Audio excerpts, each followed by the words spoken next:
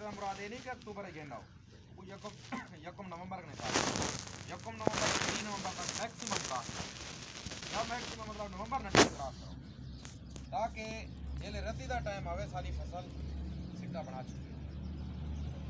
Jerry सिट्टा बना चुकी है या जेरी जहाँ झाड़ी बने पई है उन स्टेज पर पई है उनका नुकसान ज़्यादा थी होना वो जिम्में ना जमदी ते पाला पाए गए उनका नुकसान ज़्यादा थी होना इंदा घट थी एक तरीका तो यह है कि अस बर वक्त काश्त करो दूजा यह है कि कुआ मदाफियत वाली अस वैरायटी काश्त करो पिछले साल तुम डिठा हो सी सब कने ज़्यादा साढ़े इलाके दे विच काश्त फैसलाबाद 2008 की काश्त पैदावार अच्छी देंदी है बुख्त बर्दाश्त कर वेंदी है कामयाब वैरायटी है रत्ती भी उन्होंने घट आती है लेकिन जरा गुजरिया साल है सब कने ज़्यादा रत्ती फैसलाबाद पे बिना वैरायटी से भी आई है फैसलाबाद से भी ज़्यादा आई साढ़े कने कोई ऐसी वैरायटी सिर्फ सिवाय एक अनाज दे कोई ऐसी वैरायटी का नहीं जिन्हें उते रत्ती ना रत्ती आंदी है लेकिन उन्हें कुआत मदाफियत कुछ मौजूद है अनाज बहुत घट है और जिथा अनाज लगी हुई उन्हें लोगों का फायदा था उन्हें बचत थी गई बजाय इन्हें कि जरा शहर ले खड़ा जरा फैसलाबाद ले खड़ा या कोई बी वैरायटी ले खड़ा जौहर ले खड़ा गंदोमान ले खड़ा गलेक्सी ले खड़ा गलेक्सी के सब को ज़्यादा आनी है गंदोमान से ज़्यादा आनी है अगर सारे कने कुआत मदाफियत वाली वैरायटी का है नहीं वक्त भी सारा लेट काश्त कर गए हैं त्रीजा यह असा पिछे एहतियाती स्प्रे कर जेरले थोड़ी फसल 75 दिमाग दी थी है अमूमन जो यकम नवंबर वाली काश्त वो 15 जनवरी तक जो है ना वो 2.5 महीने थी नवंबर के पहले हफ्ते जी वन काश्त थी है असा ये आते हैं कि अगर मौसमी में रह वेंदे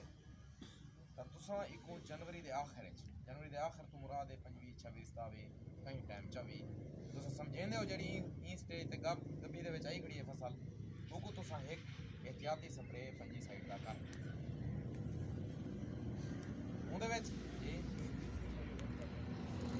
वो कर दो 20 जनवरी के बाद जेरा असा एहतियाती स्प्रे करदे उहदा 20 निवार दा असर 20 निवार तक ये बीमारी आंदी किवें है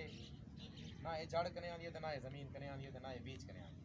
है ये आंदी है फिजा कने इन्हें जरासीम फिजा दे विच मौजूद हैं अगर इको 18 कने 22 डिग्री टेंपरेचर 3 बार मुसलसल मिल गए तो ये हमलावर थी सी क्या जी तो पहले गल असीमी सपोर इंदे हर फसल के उत्ते कणक के उत्ते पाए वैसा जरा इन्दा जरासीम है जेरी वैरायटी दे विच कुआत मदाफियत है उत्थों उनका कल्चर अगुते नवद सी जेरी वैरायटी दे विच कुआत मदाफियत कहीं उनदे फैलदी वैसी उनका जंग बनदा वैसी इशो है कि आदम यार मेरे नाल फसल खड़ी उन्होंने तो कशी नहीं थी मेरे तो मेरी फसल पे आ गई है उनकी वजह है तुम्हारी वैरायटी सट्टी वाले और रेजिस्टेंट है उनको तो नहीं आई भाई उनके उत्ते भी है अगर सारे कने रेजिस्टेंट वैरायटी कह नहीं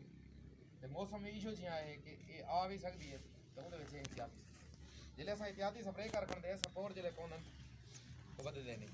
तो खत्म 20 नहीं मारता अगर तुम 25 जनवरी को एक स्प्रे कर हो तो 15 फरवरी तक थोड़ी फसल महफूज थी तुम 12-13 को 20 निवार बाद नहीं तुम 12-13 निवार बाद भला ये अपना 18 निवार बाद भला स्प्रे कर दो अगर मौसमी में वेंदा पे धुंध रह वेंदी है बारिश थी वेंदी है या पता लग वेंदा भाई फलानी ज़्यादा रत्ती आ गई है फलानी बस्ती है चाहिए फलाने फील्ड है चाहिए तो तुम अपना एहतियाती स्प्रे कर दो तरीके अलावा तरीके दू हैं एक है एहतियाती स्प्रे दूजा है पहली अलामत जाहिर थी वन दे होते तो आपको पता लग वैसी रत्ती लगदी पे फसल दी पहचान थी वैसी रत्ती थी वेंदी है पहचान थी वेंदी है नाल वाले फील्ड च होंदी है या कई इलाके दे विच होंदी है या मतलब मौजूद है आ गई है आवन वाली है ये लूहे दे उत्ते जिंक लगदे जिवें ना फसल दे उत्ते रत्ती जिंक जिवें लूहा जिंक लगदे तो उभरदी पई होंदी उभरी पई होंदी सत्ता और खुरदरी होंदी इमें रत्ती भी जितना फसल को लगती है एक टुकड़े दे उत्ते आज कनाडा 15 निवार पहले फसलां पीलियां था कंपनीज के लोग मुख्तलिफ किस्म के लोग होते हैं उन्हें भाई रत्ती आ गई है वो रत्ती नहीं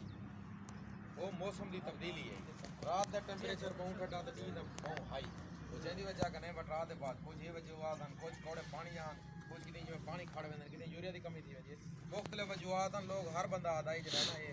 रत्ती आ